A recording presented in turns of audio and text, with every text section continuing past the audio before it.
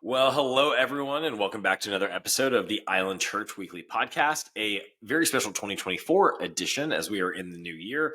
Pastor Will, how you doing? How's the new year treating you so far? Do you feel different in 2024 than 2023? I No. can't keep up what day of the week it is right now. I'm just Yeah. working on that.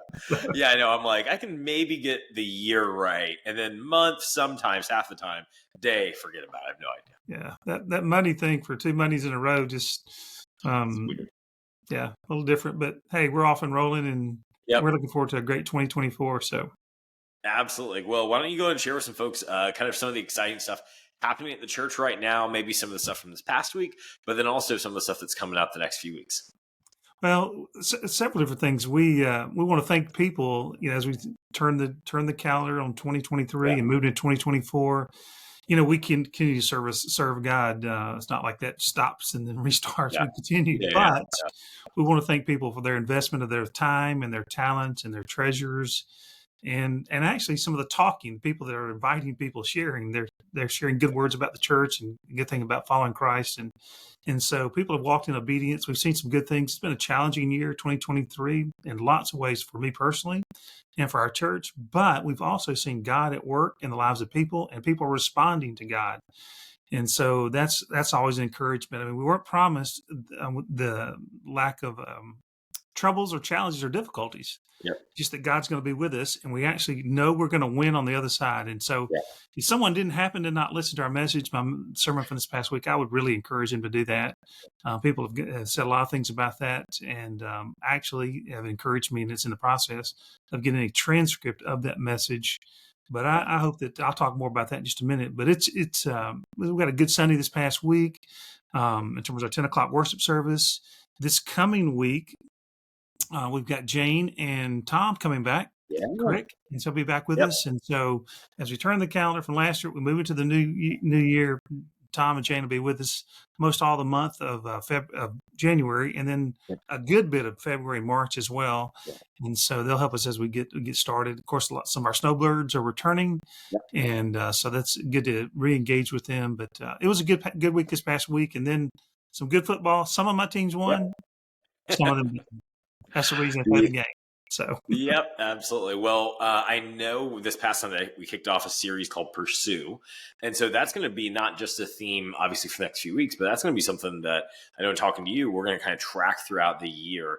And so I just did want to bring that up really quickly and just see if you had some thoughts on sharing for maybe people who didn't watch on Sunday or weren't there on Sunday, why this theme of Pursue is such a big deal for us as a church and kind of what it means for the rest of the year for us.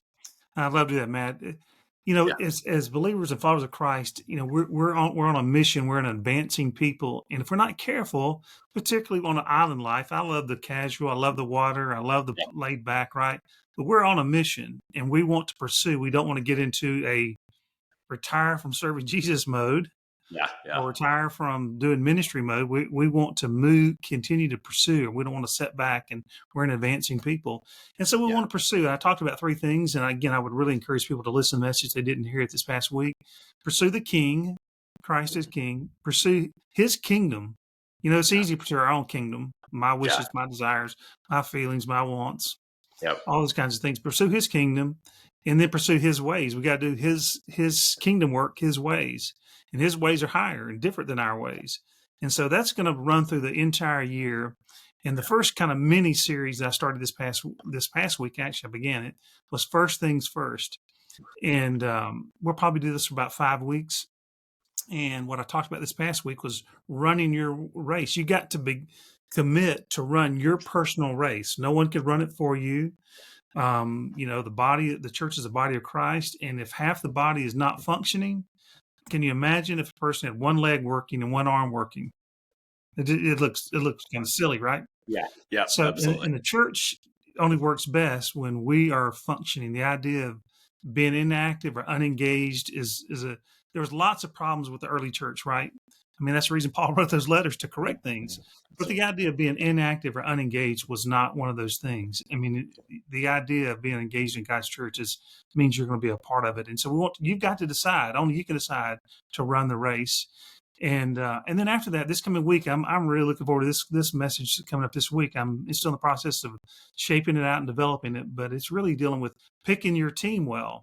Even though it's a race and the individual components, you're really on a team. If you think about a track team, and so you can run your race better when you're challenged and encouraged by other athletes, and that would go for any sport or any discipline, academic or anything else.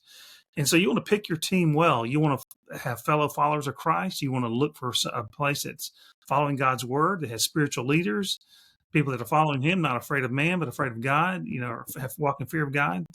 And you want to do this. And look, I don't know about some people. I played some college baseball and football, and I kind of missed out on this money thing. Yeah. But this transfer portal, I actually transferred from Mississippi College to Mississippi State. And I had to sit out a year of eligibility. Yep. And so now we have this transfer portal, and I will tell you how that applies. I'm trying to set up the message for Sunday, but with Jesus, we're not constantly looking for a transfer portal. Yeah. God actually uses us where we are, maybe to either train us and or help other people. And so how would Jesus look at the church as a transfer portal? So I'll kind of deal with that this week. That's fun. And so we're going to do this pursuing, and we want to pursue it together. I choose to encourage you to choose wisely. Some of our people may know, just last year was the very first year, but we actually have an annual membership. And so there's some reasons we do that. But in January, we have an emphasis for people to renew their membership for a year, seeking the Lord if he would have them to be involved in our church. And that means some commitments on behalf of the church towards the person and the person towards the church and how we relate to one another. And so we ask people to either renew that, or it's a great opportunity for people the first time. We've got a lot of new people in our church that over this last 6 months. I mean, think about how many guests we've had. We talked about that quite a number of times. And so this is a great opportunity for them to connect in.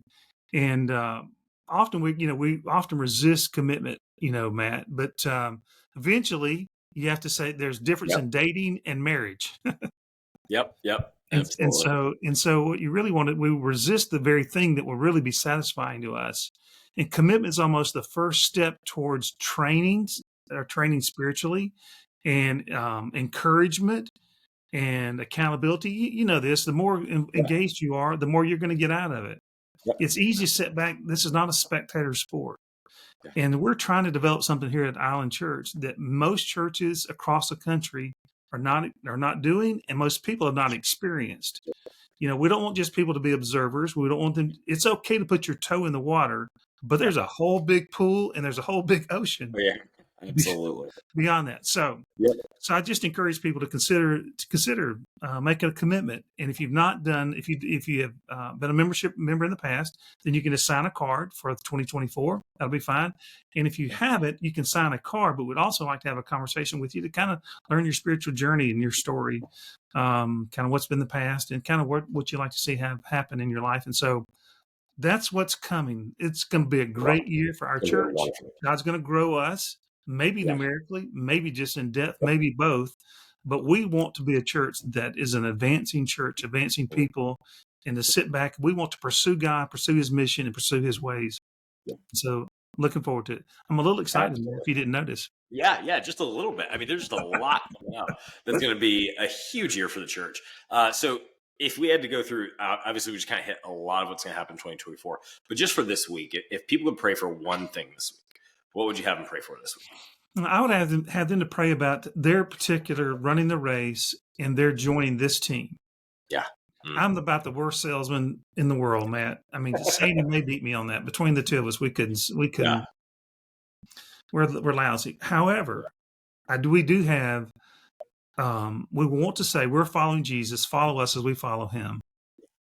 Absolutely. And we're going to set a direction for the church. I do set direction. I do set our path, and people collaborate with all that. But I really want to ask our people to pray about their personal involvement. I understand when you commit, you give up some rights, and we don't like to do that.